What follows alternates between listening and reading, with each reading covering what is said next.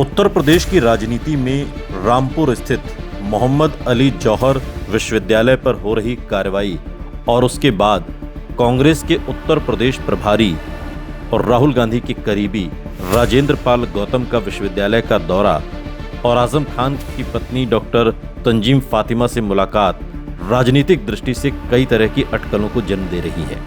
हालांकि इस समय तक ऐसी कोई आधिकारिक घोषणा या विश्वसनीय पुष्टि नहीं है कि आजम खान और उनका परिवार या उनके समर्थक कांग्रेस में शामिल होने जा रहे हैं, लेकिन इस मुलाकात ने कई सवाल खड़े किए हैं। और पहला सवाल यही है कि क्या आजम खान और उनका परिवार समाजवादी पार्टी को छोड़कर कांग्रेस में शामिल होने जा रहा है, क्योंकि लंबे समय से आजम खान समाजवादी पार्टी में नाराज बताए जा रहे हैं।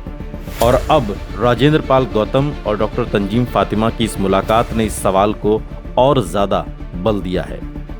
लेकिन सवाल ये है कि अगर ऐसी स्थिति बनी और आजम खान और उनका परिवार कांग्रेस में शामिल हुआ तो उत्तर प्रदेश की राजनीति पर इसका क्या प्रभाव पड़ सकता है और कांग्रेस को किन क्षेत्रों में लाभ मिलने की संभावना बन सकती है। सबसे पहले ये समझना जरूरी है कि आजम खान केवल रामपुर के नेता नहीं हैं। पिछले 4 दशकों में उन्होंने पश्चिमी उत्तर प्रदेश में समाजवादी राजनीति को एक मजबूत आधार दिया।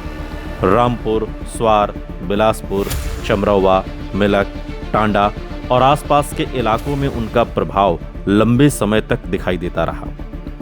मुस्लिम मतदाताओं के बीच उनकी व्यक्तिगत पहचान एक प्रभावशाली नेता की रही। हालांकि पिछले कुछ वर्षों में कानूनी मामलों, जेल, चुनाव लड़ने पर रोक और सक्रिय राजनीति से दूरी के कारण उनका प्रभाव पहले जैसा नहीं माना जाता।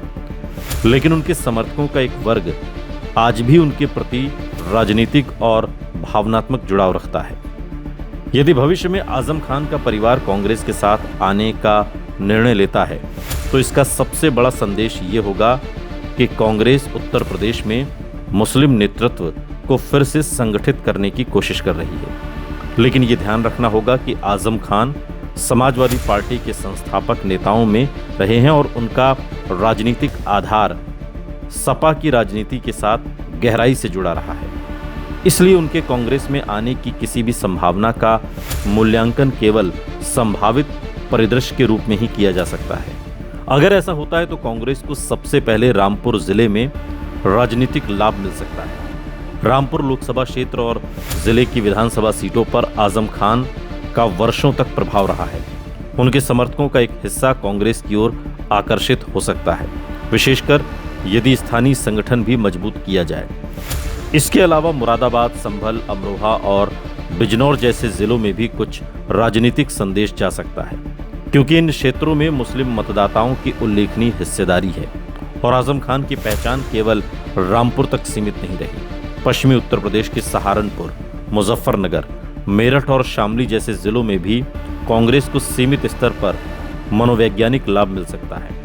हालांकि ये मान लेना कि इन जिलों में मुस्लिम वोट बड़े पैमाने पर कांग्रेस की ओर स्थानांतरित हो जाएंगे, वर्तमान राजनीतिक परिस्थितियों में प्रमाणित नहीं किया जा सकता। 2024 के लोकसभा चुनाव में मुस्लिम मतदाताओं का बड़ा हिस्सा समाजवादी पार्टी कांग्रेस गठबंधन के पक्ष में गया था।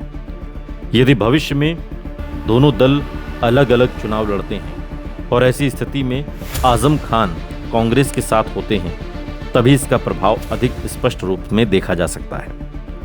रोहिलखंड क्षेत्र की बात करें, जिसमें रामपुर, बरेली, बदायूं, शाहजहांपुर, पीलीभीत और मुरादाबाद मंडल आते हैं, यहां कांग्रेस अपने संगठन को मजबूत करने की कोशिश कर सकती है।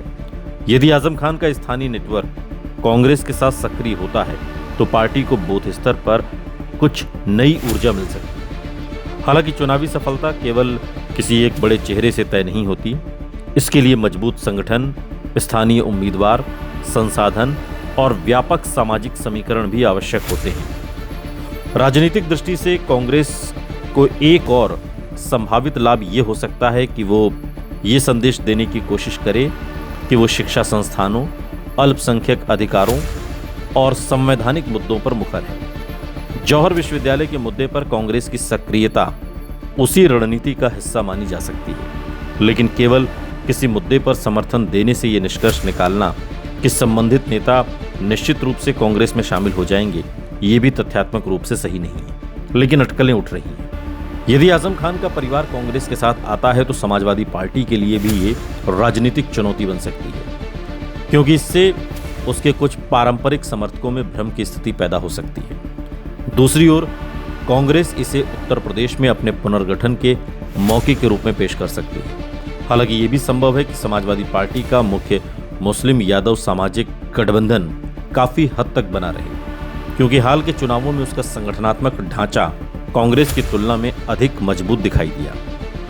पूर्वांचल की बात करें तो अवध और बुंदेलखंड जैसे क्षेत्रों में आजम खान के कांग्रेस में आने का सीधा चुनावी प्रभाव सीमित रहने की संभावना अधिक होगी। इन इलाकों में स्थानीय नेतृत्व, जातीय समीकरण और क्षेत्रीय मुद्दे अधिक प्रभावशाली रहते हैं। इसलिए यदि कांग्रेस को इन क्षेत्रों में लाभ मिलता भी है तो वो अधिकतर राजनीतिक संदेश के स्तर पर होगा, न कि स्वतः बड़े पैमाने के वोटों के स्थानांतरण के रूप में।